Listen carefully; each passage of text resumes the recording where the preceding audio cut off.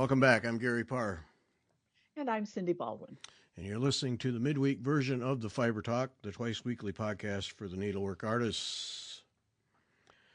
All right, Oh, we're artists this week. yeah, let's be artists. Let's go highbrow. Mm-hmm. Yeah. Great. All right, this is the podcast week, Wednesday chat. So no Stitch Hour tonight. We'll be back next week with a Stitch Hour. Um, If you missed last Sunday's show with Nicola Jarvis, be sure and go back and listen to that. I say it every week, though, don't I? Yes, you do. Yeah, But I don't think a reminder hurts. probably not. Well, anyway, go listen to her. It was really It was good. good. It was a good show. And buy her book. Yes. Yes, Life and Seasons. Now, you can get that, like Kim at Sassy Jacks can get it for you, but yeah, your favorite needlework store should be able to get it. And you can get it from Inspirations, because she did the book with them.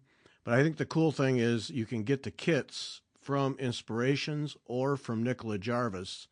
So if Europe or the U.S. is a better option to come from England in terms of shipping, you can get them directly from Nicola. If Australia is your better option, you can get them from Inspirations. So that was a nice benefit for this one. Yep. So do check that out.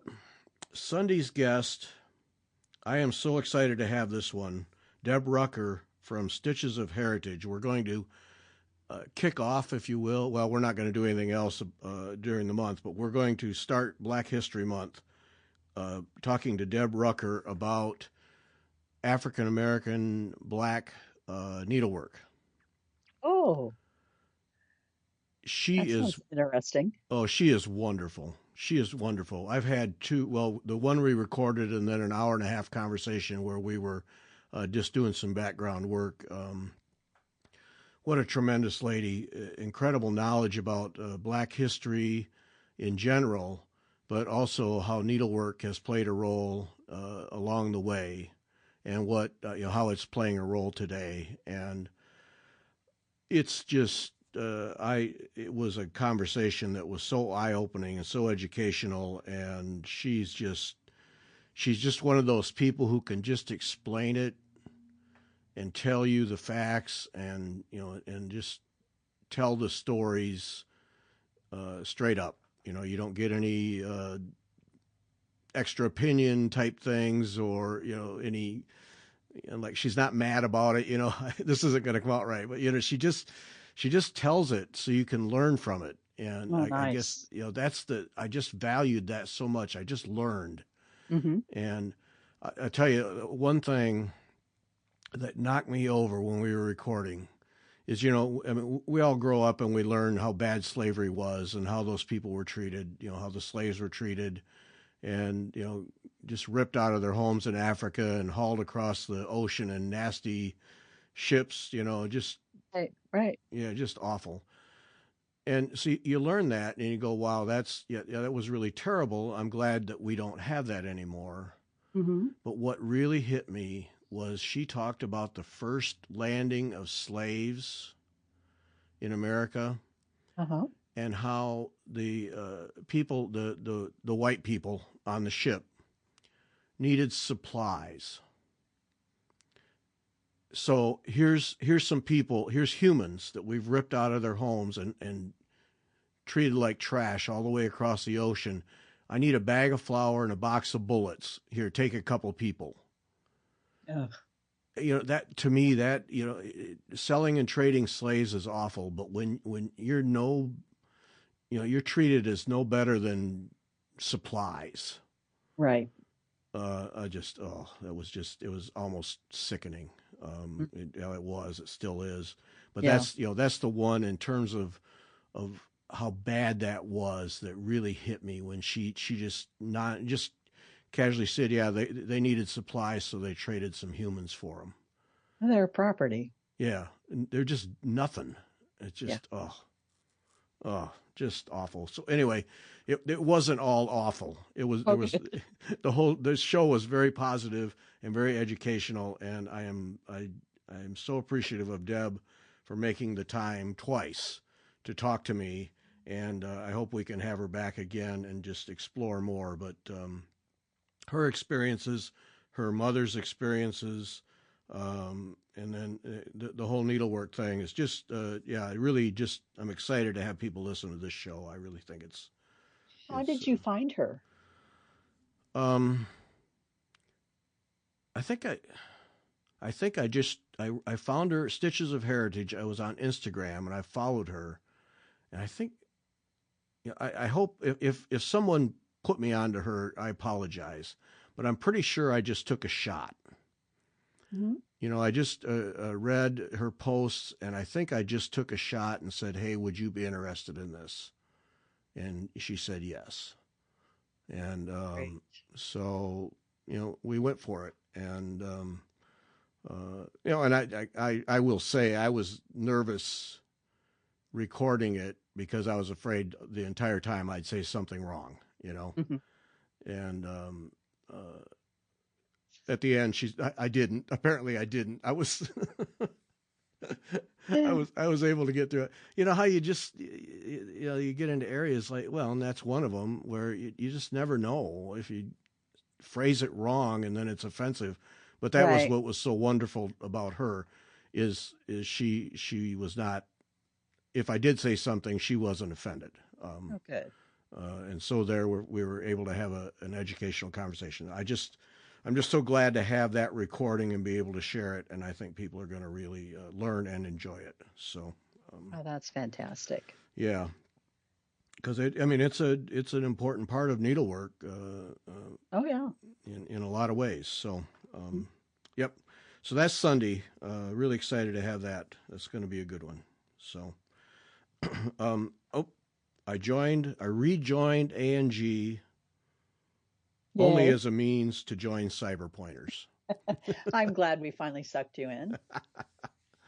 Yep. I started out to join A&G as a new member, and my account was still there. I just had to Yeah. renew Oh, it. yeah. Yeah. I would have thought they'd have wiped me out, but so anyway, that was just a means to get to CyberPointers. So now I'm a member of CyberPointers, and which that I'm excited about that because you guys, what you guys are doing, and then it was the Fibonacci swirls project that's coming up in March, right? Yeah. Hmm. Hmm. That that hooked me. I got to do that project.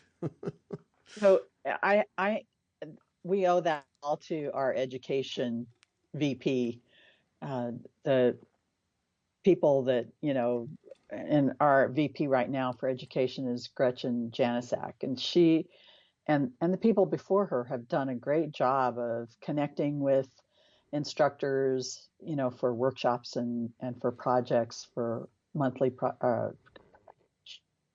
meeting projects, uh, finding things like Fibonacci swirls and getting somebody in the chapter to lead us through it.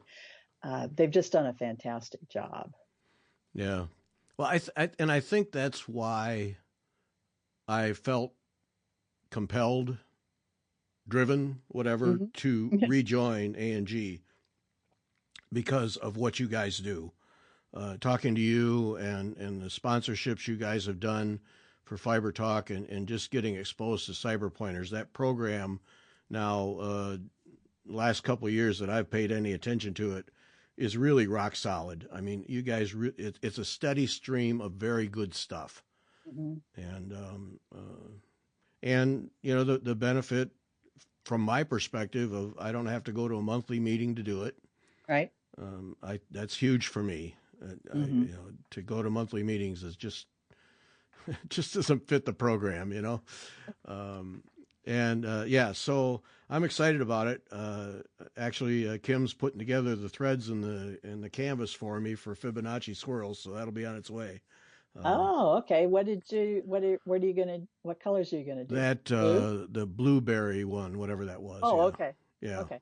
So she's putting that together. Yep. Good. Yeah, and then Robin sent me. Robin sent Awesome. me a picture of what she's doing, her colors, and Yeah. yeah, those are pretty impressive. Uh-huh. So, yep. Yeah, no, so I'm excited about that. I picked mine out.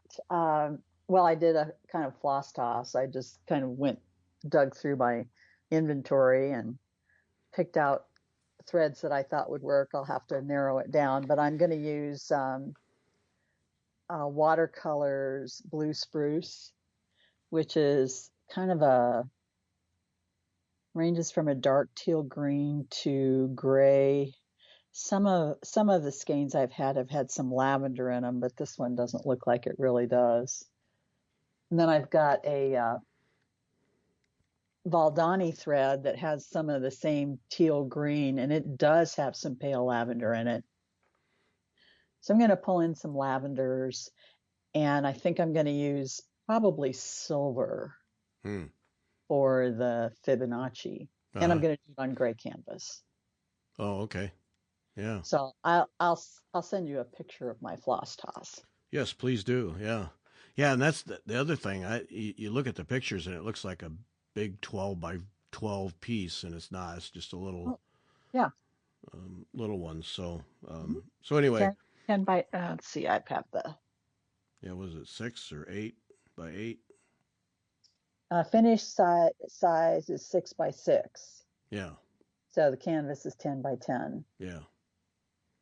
So, I mean, so yeah, very, very doable project. Yeah, I didn't join CyberPointers just to do one project, but it's just I just think you guys are just doing a bang up job all the way around. So it's worth it for me to join. So yay.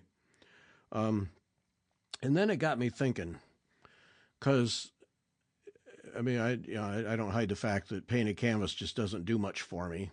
Though that's where I learned needlepoint was with painted canvas. It's counted canvas that works for me. That's what I enjoy. Yet painted canvas just is kind of the more dominant form, is it? I mean, it seems to me, it's certainly, I mean, you have shops that do nothing but painted canvas. And it seems to me that counted canvas kind of has a second tier position. Do you get that reading? Yeah, but I think it depends on where you are. The counted canvas stores, I mean, the painted canvas stores tend to be in large cities where people have more money to spend on canvases and threads and that sort of thing. In our area, we don't have any stores close by. Step one, right? But even when we did have a shop in Cedar Rapids, she didn't carry a lot of painted canvases, and our shop in Waverly doesn't carry many painted canvases at all. She has a few, but not a lot. There it is more counted canvas, just because I think because it's more cost effective. Yeah. And I do enjoy some painted canvas projects. I've got a whole lot of them, and a couple, maybe 3 or 4 in progress. But I like counted canvas better too. Yeah. I like the geometry of it, and it's the same stitches, really. Right. In a lot of ways, you're just using them as filling stitches on painted canvas rather than the geometric pattern. Right. Yeah.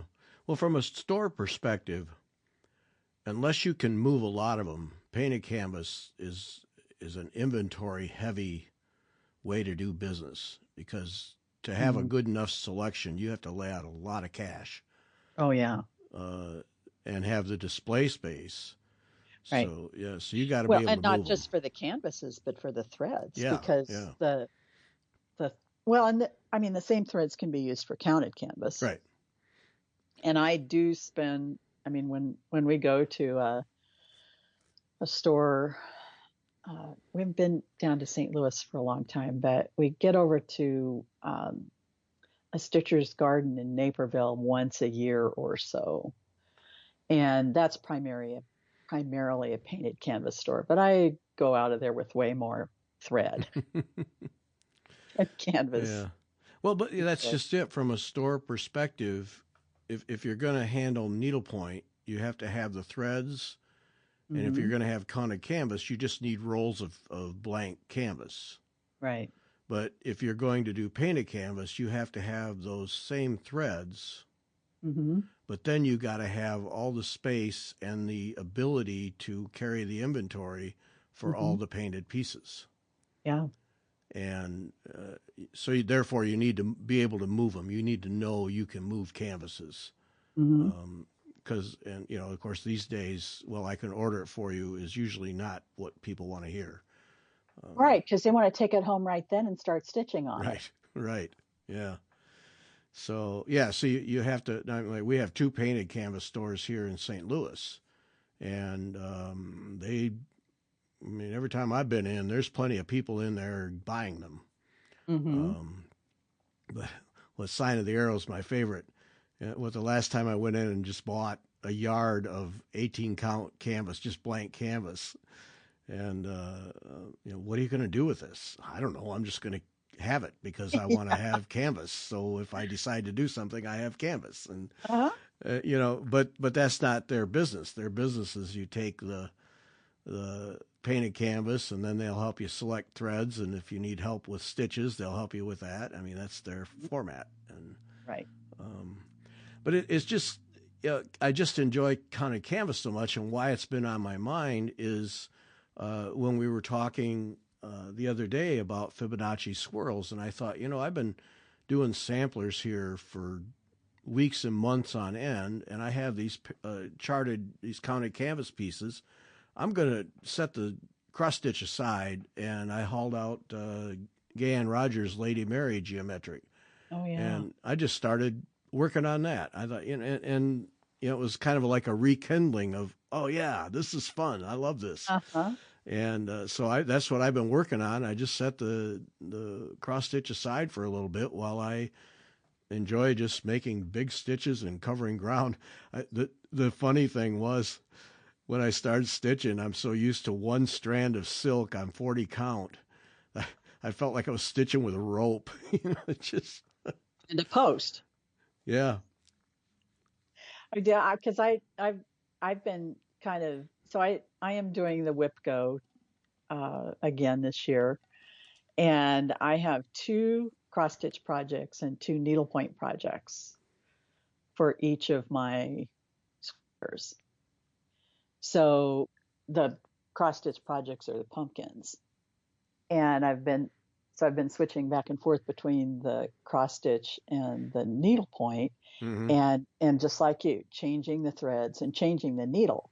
And I really noticed the needle when I went from the first cross stitch project, which I think was on, I don't know, 36 count linen or something like that. Yeah. And I was using, maybe a 24 needle. And then all of a sudden I picked up a size 20 needle, which was way too big. Didn't really need a needle that big, but it felt like it was, like I had a post. Right. Yeah. Oh, same here. Yeah.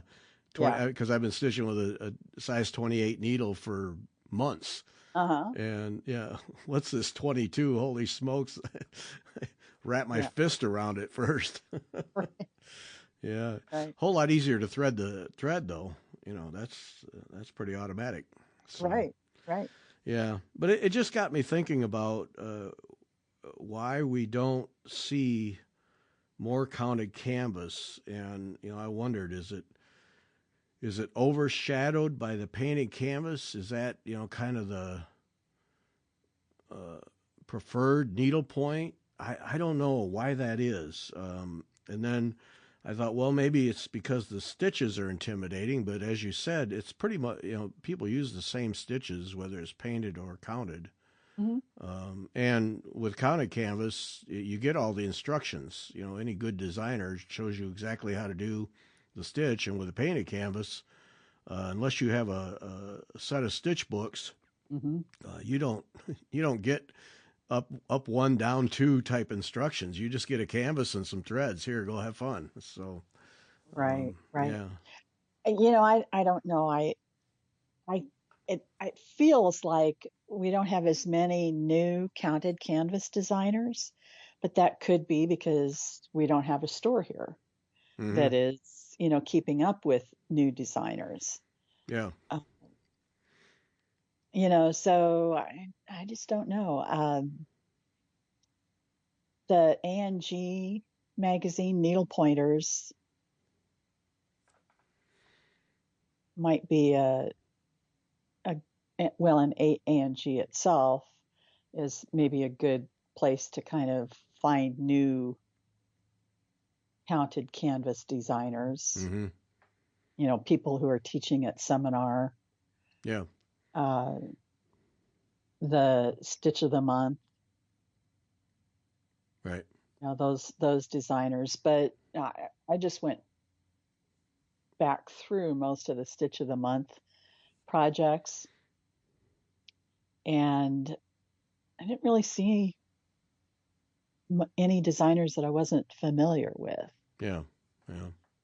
So I don't know what's happening. I don't know if it's because the number of needlework stores is diminishing, and so people aren't exposed to the counted canvas and don't decide to become designers for it, or I just don't know what. And maybe you need to talk to Debbie or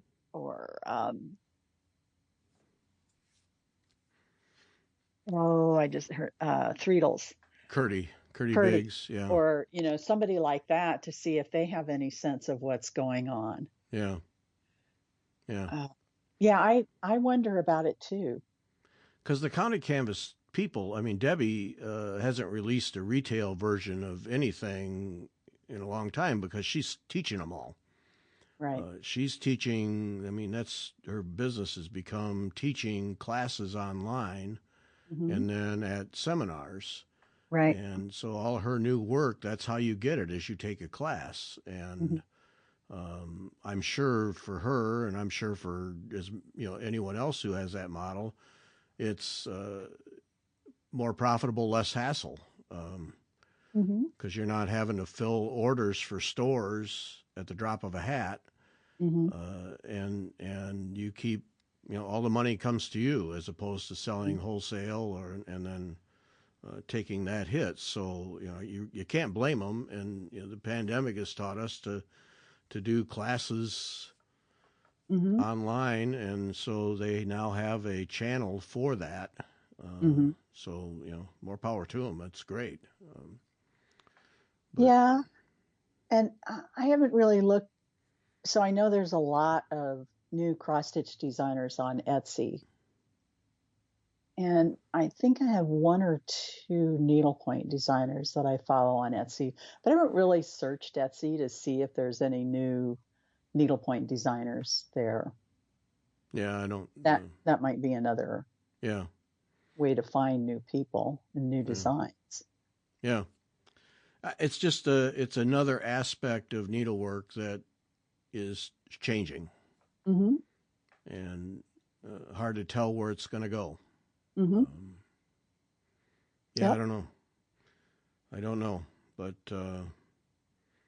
painting canvas, I mean, from what I can tell, is not slacked off any. People are still doing it and doing it consistently. So, Oh yeah. yeah, yep, I mean, and you see new painted canvas designers popping up all the time. oh yeah, yeah, Although a lot of the stuff that I'm seeing is stuff that, I kind of think, well, why do you need a painted canvas for that? yeah. The word ones are the ones I struggle with. Yeah, Uh-huh. yeah. I don't. All I need's an alphabet for that. Right. Yeah, but But, if you're going to do that, then you have to find an alphabet and you have to kind of lay it out right. And so I get the idea of the painted canvas. You can just sit right down and start stitching it. yeah, yeah. Well, it's very approachable in terms of only needing a couple of stitches. Hmm. So there's benefits for that. And someone told me once that the younger people like those word canvases more than the classic bucket of flowers, if you will. Right. Well, yeah. Yeah. Yeah. Yeah, no, it'll just be interesting to see how it plays out. And that, and the thing with painted canvas, someone who really knows what they're doing with painted canvas, what they can do. Oh, no Oh, doubt. yeah. Yeah. Uh, there's few things that can match that. Yeah, Yeah, definitely. yeah. Just make something completely come to life. Hmm. Because I remember a long time ago, someone said, I don't get painted canvas. It seems like the work has already been done, by painting the design. Hmm. And you can make that argument till you see someone who really knows what they're doing, knows what threads and stitches to make things come to the foreground and stay in the background. Right. And then, no, the art wasn't done on the painting of the canvas. The art is done with the threads. And Right. yeah. So you should go back and look at some of the previous issues for the last, I don't know, couple years at least. Um, the Not the current editor, but the past editor started a column that is two different two painted two different people stitching the same painted canvas. Oh, And then she highlights the differences between, in the article about, how one person did, stitched one area and to emphasize it, and how the other person stitched it in a different way. And it's really interesting to see how different people interpret different painted canvases. mm-hmm. And And the the one in the current issue, which you've just joined, so you should get, but I just got it last week. That they had a printer issue, and so it came out late. Um, and so it's still the same person doing the article. She's not it's Maureen Joffre. I don't know how to pronounce her last name. She still writes the article even though she's not the editor anymore. But she had uh, bought some small round canvases of a Scotty dog or some kind of a dog like that yeah. because it looked like her dog. Mm-hmm. And I think she said she bought four of them and had intended to do all four and then kind of came to her senses. And so got three people to do three of them. Obviously she's going to stitch one herself, Yeah. but they're just little round canvases. So Right. it was and so it was the dog has like a Santa hat on it. And so she talked about how, people did the shading on the hat and the fur on the hat, and then how they did the fur on the dog differently and the dog's nose. I mean, it's a little canvas, but there was a lot there to look at the differences on. Yeah. And you can see all of the they've digitized all of the past issues. I think they have them all on there. So you can go on the website and look at past issues, for Right. projects or Yeah. to look at these articles. It's something that I think was a really good thing for her to start, and it's really interesting to see how different people interpret different canvases. Yeah. Yeah.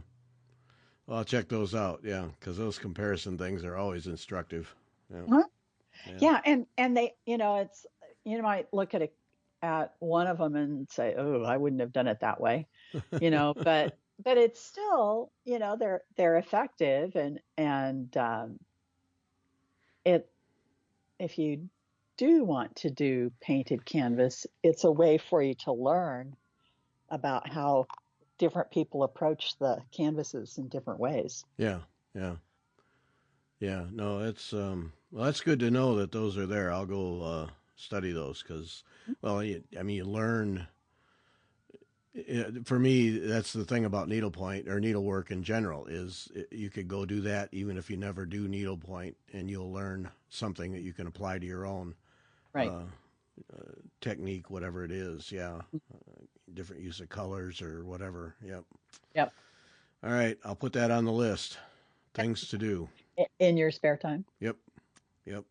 That'll be right on that list. Yep. No, actually, I'll get to those. I really enjoy that kind of stuff to see what comes out of different people's heads. I Mm-hmm. think that's always instructive. Yeah. Yep. I got my notebook out. I got a Good. notebook. Yeah. Well, it's a journal book. I Yeah. have I get a bunch of those when I go to conferences. They always seem to think you need a journal book, when most of us sit there just type it into our iPads or Uh-huh. whatever. But so we get very nice journal books, and I had some of them somewhere and Perfect. hauled one out, and yeah, so I'm going to start keeping track because already I've realized the importance of what you do with your notebook for each of your projects. I can see that. So, yep, going to start keeping track. It's not going to be elaborate, but I need to make notes, and so to put them all in one little book is going to be, Mhm. yeah, I think that's an excellent idea you have. So I did get tired of flipping through all the pages trying to find something. So I went through the whole notebook and numbered the pages. And then I made a table of contents. Oh, there we go. And I just printed that and stuck because that little notebook has 130 pages in it or something, if you consider both sides. Uh huh. And well, you saw all the Yeah, all the tabs that I have tabs. on there. Yep. So I went through and I numbered everything, and then I just opened up a Word document and made a table. And I have the pages. I did not include the pages where I finished the project because I don't care about those anymore. Right. I'm not looking for them. But I did put down the open pages so that when I have a new project, I don't have to hunt through the book to find an open page. Yeah. Yeah. So Yep. that has saved me a lot of time in just flipping through to update a page when I am working on a project or Yeah. whatever. So okay, so for people who are going to take your idea and put it and implement it, when you start a project, what are the basic set of things that you write down for that project? Okay, name of the project, who the designer is, the cost. If it's a class, I write down the cost for the class. If it's just the chart, I write down the cost. And I do track the cost. Not that I really need that anymore, but I do track it. And then I write down the ground cloth. Uh, so, what count it is, what color it is, Mm-hmm. size. And then I list all the threads. I do a start and finish, uh, kind of up in the corner, so I can write down when I started it and then when I finished it. And that's pretty much it. Okay, so pretty just the basic factors, the basic Yeah. facts of the thing. Uh-huh. And then as it goes along, then if you change a stitch or you change a color, Mm-hmm. then you make note of that. Yeah. Okay. I, And I probably don't, I guess I haven't made a lot of notes about changing stitches, mm-hmm. but I do make notes if I change the colors, Yeah. Yeah. especially if I, started out with a bunch of threads that I thought I was going to use and then they didn't work out for whatever reason. And I have to, find something else. Right. Because I could also see that something that would go in that book, particularly if you're a beginner learning whatever, would be if you have problems with a stitch, Mm-hmm. uh, some notes about how to do it, or maybe even a copy of Yeah. a diagram from something that's pasted in there Mm-hmm. to remind you, because that could be Yeah. handy.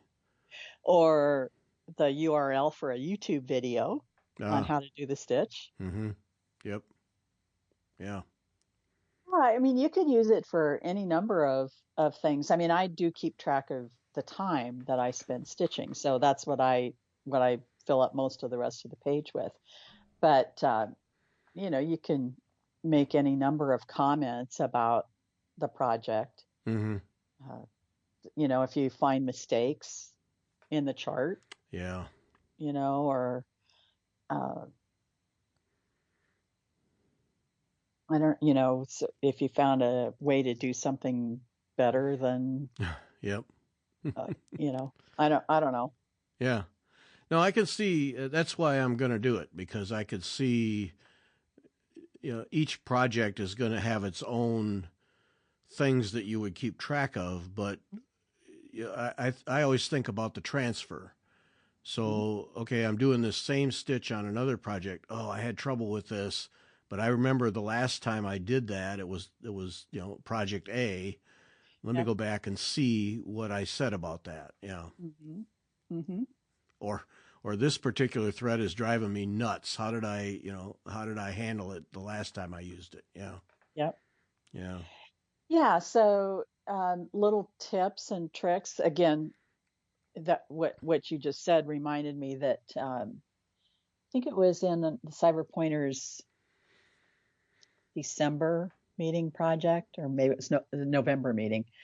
There was a thread in there that, and I don't remember which one it was, that was people were having trouble with. And so somebody commented that they found a glue stick was a useful tool. Just, an ordinary glue stick. And you just kind of put a little bit of the glue on the end of the thread. Mm-hmm. Now, I've heard people use spray check or nail polish, or any number of things to stabilize the end of a thread that frays, but I hadn't heard of a glue stick before. Glue stick is an easy thing to put in your bag. It's not going to leak, Right. and you're going to cut that off, so Mm-hmm. you don't have to worry about it, uh, being in your project. So Yeah. I thought that was a good. So those kinds of things. Then you might even do a tip page, Mm-hmm. and say, for this thread, use some glue on the end of it. Yeah. Yeah. That's a good tip too. Yeah, yeah, I thought it was. Yeah. Because I did that. I didn't use a glue stick, but I had to do on a recent sampler. It was the starting of the thread was going to be better with an away knot. Mhm. And I thought, oh, geez, I'm not going to sit here and. I know there's a knot. There's a quilter's knot. I got to learn how to do that. But make 3 or 4 knots, one on top of the other, so it'll hold in the hole. And I thought, nah, I don't want to do that. I'm just going to get a piece of artist tape.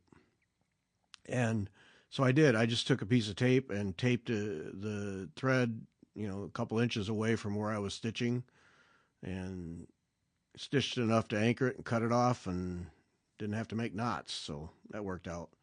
But Okay, I have two suggestions for you for okay. that. Robin makes a slip knot,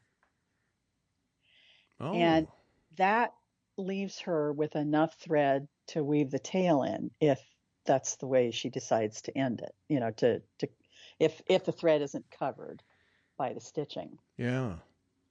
And Oh, look I at that. I took a Huh. class one time, and I don't remember who the teacher was, but she said she uses away waist basting. So that's kind of what I do too. So, go a distance away from where you're going to stitch, and just go up and down 2 or 3 times to kind of anchor the thread, Mm-hmm. and then start, and you can stitch over it, or you can leave enough of a tail to weave it back in. Yeah. And if you have to hold on to it for the first stitch or two, I do that. So I don't very often, I don't make knots unless I need tension. Mm-hmm. So if I'm doing pulled work, Mm-hmm. then I will do an away waist knot. Yeah. But otherwise, I do the basting. And sometimes I do a slip knot. I have to try that slip knot. Now, like if I'm like on this Gay Ann Rogers piece I'm doing, I had to do. I know there's a difference between a way and a waist knot, but I forget. Anyway, I had to do them, but I wanted a knot because I wanted to be able to pull on that thread. It was Kreinik, Oh, yeah. and I knew I'd have to be able to pull, so I did a knot so that I could get the tension I wanted. Yeah. And I mean, I would agree. There's sometimes when you just need a good old fashioned knot. Mm-hmm. Yeah. So the waist knot or basting or whatever is usually in line with your stitching so that you can cover it. And a way waist knot would be something that's not in the stitch path that you have to go back and pull out And and weave in. thread and weave in Yeah. later. Okay. Okay. Yeah, I get them confused all the time. Well, Yeah. this was one where I cut it off. Yep. Didn't have to weave it in. Yeah, and I usually prefer to do that. But with some stitches, so some of the Jean Hilton stitches, you can't really do that. No. No. No. And I use a pin stitch. To me is just one of the most valuable starting spots. Definitely. Without a doubt. Yeah. I use And that all the time. I use it to change directions too. Yeah. So if you're gonna, I don't know, if you're doing maybe a Byzantine, where you're going up and down, and you want the same amount of thread on the back side. When you go one direction, it happens automatically. When you change direction, then you've got a shorter length on the back. So I'll just do a little pin stitch underneath my Byzantine so that I can change the direction of the thread so that I get the same amount on the back as on the front. Ah, that's good. So, that gives you better tension and you get the same look. Right. All the way through. It doesn't, it's a subtle thing. But that makes a difference. That's the thing for me is those little things like that make such a difference over the span of a piece. Yeah. Yep. So obviously you have to have enough of an area that will be covered when you're going to do this. But yeah, it sometimes you just need to be able to change the direction of your stitch as you're going along. Yep. And sometimes you can get away with just jumping over, one thread intersection and coming up instead of going, around. But that sometimes changes the way the stitches lay. Yeah. So you can't always get away with that. Yep. Now, see, that's a good tip because on this Gayan Rogers one, there are several places where I need to change the direction and I want that density of thread on the back. Mm-hmm. And so I've just been starting a new thread. Oh, well, not anymore. Not anymore. Pin stitch to the rescue. Yeah, you just need to, pay attention to the direction of your pin stitch so that you get the same tension. Right. Right. Oh, that's good. Yeah. That's good. I'm going to note that in my notebook. On my tips page. Mm-hmm. There you go. Oh, that's a good one. Oh. Yep. Because, yeah, I've got in my little Ort bowl several rather lengthy pieces of thread where I just decided to start a new one. Yeah. Yeah. Mm-hmm. And I could have kept using that one, but then when I cut it off and, by the time I started again, and then I don't really have as much thread as it looks like, so I just start a fresh one. Yeah. Right. Yeah. Wastes a lot of thread, which is not something I'm opposed to, but. Well, no, I mean, the thread is, for the most part, one of the most inexpensive things. Right.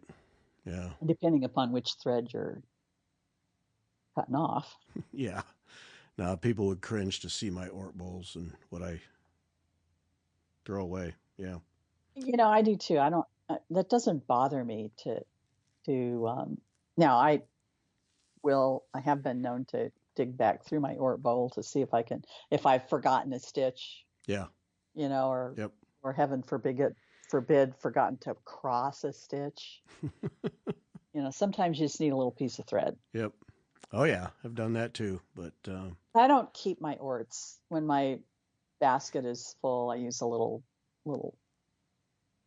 3-inch square basket. When it's full, I dump it out. Yeah, I need to do that. I was thinking that the bowl that I'm using right now of my little collection here is overflowing, and Hmm. it was last night. What? Just throw them out. What are you doing? Just pitch them. And Uh-huh. but I don't. So now I have 4 bowls that are full. Why don't I just throw them away? So Don't after you we have a get done, waste basket in your office? I do. So after we're done here, they're getting emptied. All right. I have no idea why What I do you do it. have to do? Just turn around and dump it out? Pretty much, yeah. It's pathetic. I know. Yeah, it's all 3 feet away. Yeah. Uh-huh. Yeah. It's pretty sad. Yeah, whatever. The bowls are here. I use them. They're filled. Yeah. Yeah. Whatever. They're handy. Yep. Okay, I'll throw them out right as soon as we're done. Uh, an emptying of the bowls. Yeah. Yeah. And I'm not into, a lot of people use those plastic ornament balls and make, Oh no. nah, forget it. No. Just pitch them. Yeah. Oh, and so I was just reading a blog post before we started about not putting the thread ends out for the birds for their Oh, nests. yeah, don't do that. Mm-mm. No, that's not No. good for the birds. Nope. That is a bad thing to do. Seems like a great thing to do, but no.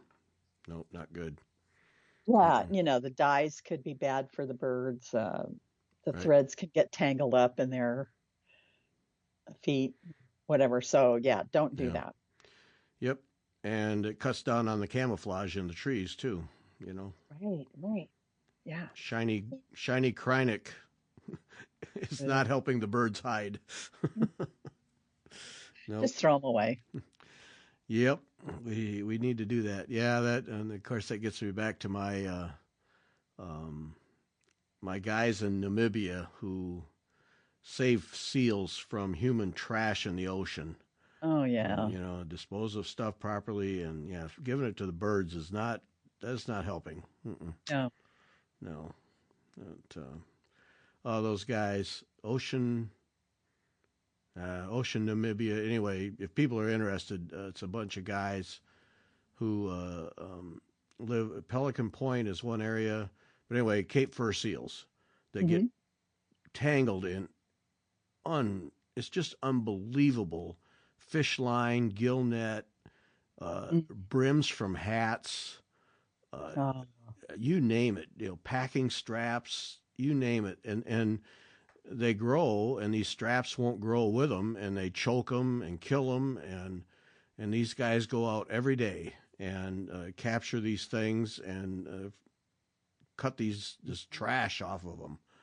And I saw a video of I think it was a sea turtle. Same thing. They yeah, were, they just kept, I think it was a net that was wrapped around it, and they just kept cutting and cutting and cutting and cutting, and finally they got the whole thing off of the poor turtle. yeah, yeah. Oh, it's disgusting. And anybody who uses gill nets, I tell you, if I saw somebody using gill nets, after what I've seen they do to animals, I would probably do things that would put me in jail because Yeah. oh, that stuff is disgusting. Yeah, well, humans. Yeah, but yeah, those guys are great. They are Hmm. absolutely great. Saving those seals every day. It's pretty cool. Yeah. Yeah. Yep. Um, I think let's call it right there. Oh no, we got to do underrated, overrated. We aren't going to call it right there. Oh, okay. We got to get a couple underrated, overrateds in because we didn't do any last week. Um, all right, let's see. Adjustable stretcher bars, underrated or overrated? Underrated. Yes, by a long shot. I I use a lot of regular stretcher bars, but for a bigger project, I like the adjustable ones Yep. because I really hate to untack a canvas and retack it. Yeah. I just don't want to do it. Yep. It's a lot of work It is a lot for of, to get. especially Yeah. when you've got a really big canvas Yeah. with as many tacks as I put on. Yeah, Evertights or the adjuster frames. Yep. Yeah, definitely. Yeah, get them. Yeah, they are worth it. And So I've said this go ahead. before, but people say, well, yeah, but they're expensive, and yeah, but you use them forever. Um, Right. a lot of people get in their heads that it's a one-use thing. No, use them No, forever. no. You poke tacks in them, and then when they're one side's all chewed up, flip it over. Yeah. Yeah, so I saw something today that said that you could steam. So, What? yeah.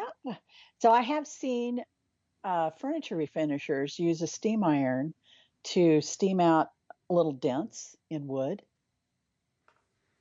And Do tell, really? apparently somebody has used that. Now, I can't imagine that it would really close up a tack hole. But what the furniture refinishers do is they get a cloth damp and then put a hot iron on top of it. They're not really using the steam from the iron. They're using a damp cloth. And it works amazingly well to raise a dent. Now, I don't know if it would work on a finished surface because most of the ones that I've seen it do it on have already taken the finish off. Yeah. Because the heat and steam is going to damage the finish. Right. But stretcher bars are not finished. So, Huh. I don't know. But so far, I don't think I have any stretcher bars that have so many holes in them. They're not usable. Yeah, that's just it. You have to use them an awful lot for an awful long time before, before they're useless. Yep. Yeah. Yep. No, I think way underrated. Get those things, use them. Yeah, they're worth it. Yeah, but they're more expensive. Yeah, so what? Use it. Yeah. Uh-huh. You'll be so much happier. And well, this Gayan Rogers piece that I'm doing, that's been on stretcher bars, adjustable stretcher bars for some time. Mm-hmm. And when I got it out, I like my canvas really tight, Mm-hmm. and it was over time it had stretched a little bit. Mm-hmm. I just got the wrench out, hit all four corners, back in business. Yep. Back in business. No Yep. tacking, no retacking, no relining up, nothing. Mm-hmm. Yep. Back in business. Yep. Here we go. Yeah. Yeah, because you're going to lose a few tacks because they're going to bend or the top is going to pop off or so then you got to get the new tacks out too. And Yep. Oh yeah. Yeah, that whole game with the tacks. Yeah. Mm-hmm. Yeah. Yeah. Someday there's going to be a tack. And I know I bought the, people tell me about the heavier duty tacks. I haven't had a chance to use them, but I have 2 boxes of them now. Yeah. So now that I have 2 boxes, I hope they work out. Yeah. Yeah. Yep. All right. Corner measuring squares. I love those. I don't know if I'd say they're underrated as much as people don't know about them. Yeah. Yep. I think you're right. I mean, I probably didn't have one until I started getting stuff from Sassy Jacks, and she used to put in a cardboard one, like a business card one, which I thought was really clever. Yeah. And I do have my Stitchers Loyalty Club one now that's wood. Ooh, you joined too. All right. Yeah, I'm one of the cool kids now too. Yep. Yeah, one of those comes with your membership. Yep. Yeah. Mm-hmm. And yeah, because I do like to start from the top left corner. Yes. Of whatever I'm stitching on, if I can. Mm-hmm. So, yeah, perfect. Yeah, for those who don't know, these little measuring squares are literally a square, and they will allow you to place them on your canvas, and then they will determine where the upper left corner, whatever corner you want to use, is. That is either 2 inches or 3 inches usually in from the edge, and because you want at least 2 and preferably 3 inches for framers. So, and then you lay that on there, and that's your starting point. And I used to just use a regular ruler. which just means that you have to measure twice. And That's so archaic.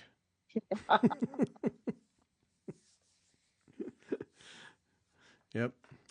Yeah. No, and they work. They work great. yeah. Yeah. And yes, you can. You can measure in 3 inches from each side with a ruler, and it'll work. But Mhm. I now see I'm one of those weird ones where I have to have the center of the canvas marked with thread, and then I measure and I count, like say 40 count linen. I'll count to get the top center and put a little thread there, and then I'll count over to the corner because that's where I always start too is the upper left. Mhm. And I did that on Beloved, the one that we just started. Mhm. And then I thought, I'm just going to check myself with my little square. Laid Mhm. that on there, spot on. Uh-huh. Spot on, because I had cut the linen myself, so I knew it was exactly 3 inches on all sides. Mhm. And yep, spot on. And so then it was, you just spent an hour counting and double counting. Why didn't you just lay it on Mhm. there and make your mark and go? Uh-huh. So, And if you're, 2 or 3 or 5 threads off, nobody's going to notice it. right. Yep. Yeah, that's the other thing I have to remind myself. Who cares if you're two threads off? Really, it doesn't matter. Yeah. Right. Right. Yeah. Yep. But and that's for beginner type people, when you go to the shop to get a project and you're getting your ground cloth and they make this thing ridiculously big because your project's 8 by 8 and you get this 11 or 12 by 12 piece and you go, why am I paying for all this? Well, because finishers need that extra space. So Right. yeah, and Right. you need it to put it in a frame or whatever you're going to stitch it on, a hoop or whatever. So Mm. um, it's not wasted; it's useful. Right. Right. Because I think for anyone who starts out, that's kind of a shock. What is I don't need all that. I don't need to pay for all that. Yeah, you do. Yeah. Yeah, I've seen a lot of pictures of things that people did not add the extra, and they're going, "Oh, Oops. I don't have enough room to put, to finish this." Yeah. Yeah, we could line up a bunch of finishers, and I bet that would be in their top three of complaints. Is I don't have enough room on the edges to do the job. Yeah. Uh-huh. Yeah. Yeah, you Yep. have to have enough to wrap around foam core or, whatever you're going to mount the piece of needlework on. Yep. Yep. So don't freak out when the shop says you need a 14 by 14 for an 11 by 11 piece, Mm, because you do. Yeah. yeah. Yep. Well, actually, for a 11 by 11, you'd need 17. 17 by Yeah. 17, Yeah. 3 inches on each side. Right. Yeah. And that's where it really gets. You go, what am I going to do with all this? Yeah, because I'm just doing this little project. Well, yeah, you're going to use it, and that's a mistake people make. You go, all right, I need 3 inches on the side. Well, remember, there are four sides, so you need, Right. yeah, you three need inches on each six. side. Yeah. And really, when it comes right down to it, when you get it done, that extra 3 inches on each side doesn't look like all that much extra. No, no, no. And it gives you a little slop room if you miscount, but it also is some good doodle space too. Yep. Oh, yeah, absolutely. Yeah. Yeah. Don't discount that as good doodle space on the side. Yeah. Mhm. If you need to practice a stitch, Mm-hmm. that's where you do it. Yep. But, I almost never do a doodle canvas or doodle cloth. Uh, and there are times when I should, but those times I have used the extra space on the canvas, and I might take it out afterwards, but I might not, because if it's going to be covered by a mat or whatever, then it doesn't really matter. You can leave it there. Right. Right. Yeah. Well, that was Beth here a few weeks ago. She was testing threads for Beloved on the linen she'd selected. Mhm. And she just made little boxes of all the colors on the side. And Yeah. then she could tell if they were going to stand out or not. And just, yeah, simple. Hmm. Tear it out later. You're good to go. Mm-hmm. Yep. All right. One last one, then we're going to wrap it up. Stitching chairs. Underrated or overrated? I'm going to go undervalued. I think it's important, depending on where you stitch. But if you can, I think it's important to get a good office chair that offers armrests and all the adjustable angles so that you can get a chair that supports you properly. I don't usually use my office chair to stitch. I knew you were going to say that because you just sit in your regular chair. I sit in a recliner. Yeah. Sometimes I put my feet up and sometimes I don't. But it is important to have a chair that you can sit in comfortably. Yes. I know people that probably would have done this when I was a lot younger and more limber, who sit with their legs crossed or folded under to the side or whatever and stitch. Can't do that anymore. But, when you, it's just like reading or using a device of some sort. You don't want your head bent down at an angle because that does bad things to your neck and your shoulders. You might want your arms supported. Again, that helps your shoulders. Whatever's comfortable for you. Yeah. And get up frequently and walk around. Mm-hmm. Yep. Yeah. So supporting the forearms, I learned that in the office world. Supporting the forearms so your pressure is not on your wrists and hands is so critical. People who have carpal tunnel, it's because your forearms were not supported.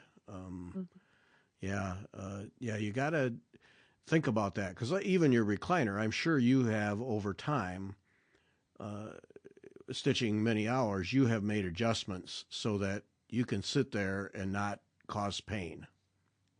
So I have one recliner that is one of those stressless recliners.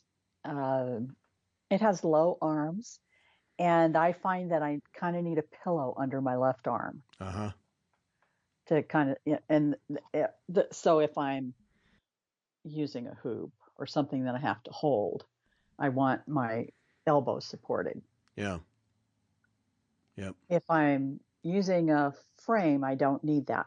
My new recliner has higher arms on it so that I can support my arms on the arms of the chair. Mm-hmm. Yeah. But, good seat, good, if you need, a little lumbar support, even a rolled up towel can do wonders in a chair. Yep. Behind your back, it's it's really, really important to have a good, comfortable stitching area. Yeah, no, and I knew you used a recliner. Now, see, when I stitch, I have an office chair, and it's one that you can adjust all the angles, and I have one armrest higher than the other because my right hand goes underneath the ground cloth, and so that one is the lower armrest. So both my forearms are resting on armrests at the appropriate height, and then lumbar support. I have the back adjusted just so I have the support so I can sit there and not be hunched over and get a crick in the neck and a sore spot in the back and all those things. Yeah. Yep. Do something to support yourself. Yeah. Right. It's worth it. It's worth it because you'll stitch longer, you'll stitch better, but over time you won't develop some chronic pain that just won't go away. Yeah. Right. Yep. Right. And you're so right. Move around, set an alarm, do something that makes you get up and move. Yeah. Yeah, I listened to a podcast. I think it was the TED Radio Hour. They did a study with some, I don't know, medical school on movement, and they had anybody could sign up for this. Anybody that listened to the podcast could go onto the website for the study and sign up for the study and participate in it. And so they had groups of people. One group of people was supposed to get up and move every half hour, and another group every hour, and whatever. Some people didn't get up at all. And they tracked things like, I don't know, heart rate and a whole bunch of other stuff. The best results came from getting up and moving every half hour. That was it, huh? Yeah, but most people couldn't do it for very long. Yeah. Because it's disruptive. Right. And it's like get up and move for like 5 minutes.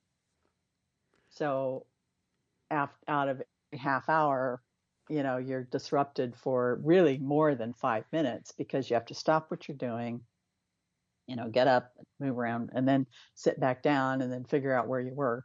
Mm-hmm. But I think when you're doing the task, you're more effective. Yeah. Yeah. And it had lots of positive overall effects on health. But I mean, I'm bad about this when I'm stitching, partly because, if I'm using a floor frame, I've got it adjusted and I've got my, chart and it's just, you don't just stand up and move. Right. You have to move everything, make sure you don't tip over the floor frame. So it's a process. It adds, a little bit of extra time to getting up and moving. Right. Right. So I don't do it as much as I should. Yeah. Yeah. See, for me, it's just roll back and get up. So, yeah. Yeah. Different. Yeah. Yeah. And actually, I think that I am going to be working on some larger pieces that my floor frame won't hold because it only holds from one side. Mm-hmm. And then the other side gets tippy. So I think I'm going to use my desk to hold one side of it and the floor frame the other side. So then I will be sitting in my chair and so yeah, then it'll be like you say, just roll back and stand up. Yeah. No, it's you got to move. All right, we're gonna wrap up, but here's your challenge. Oh, okay. Okay, here's your challenge. Now, Susan K. Williams, the chief executive at the Royal School, when we did the conversation with her a couple weeks ago, she shared, just as a matter of fact thing, that she can switch hands and stitch effectively. Yeah, I do too. Do you? Yeah. Can't do it. Tried it, couldn't do it. So for me, it depends on which side of the canvas, whether I'm working on the left side or the right side. If I'm working on the left side, it's easier for my left hand to be underneath. If I'm over on the right side, the right hand goes underneath. Really? Uh-huh. Okay, I'm jealous. I'm even more Maybe jealous. Maybe it's the other way around. I can't remember. Yeah, either way. But yeah, I can do both. Can't do it. Nope, tried it. Just a bumbling idiot trying it. Yep, wouldn't work. Right hand's got to be underneath all the time. Oh, now I really got to work at it now. I got it. This is the challenge of the week for sure. I'm sure that it took me some practice to do because I am not ambidextrous by any stretch. Yeah. But sometimes it just works better for me to have my left hand underneath. And I'm right-handed. Mm-hmm. See, I'm left-handed. So. And normally you have your dominant hand underneath because it's easier with the dominant hand to find the hole, right? My dominant hand, my left hand is on top. Oh, interesting. So it should be, if I'm left-handed, it should be underneath, huh? Yeah, I think that's the way most people do it, is their dominant hand is underneath because you can't see where you're going. Yeah. So basically, I'm just a mess. You're just weird. Okay. Well, now I really gotta learn now to be able to switch. This is much more than a challenge now. It's just becoming this borderline mission here. Okay. All right. All right. That's it. Deb Good. Rucker this week, this Sunday. Check it out. Life and Seasons, Nicola Jarvis's book. You're going to want to get that. That was last Sunday. Thanks for listening. Bye.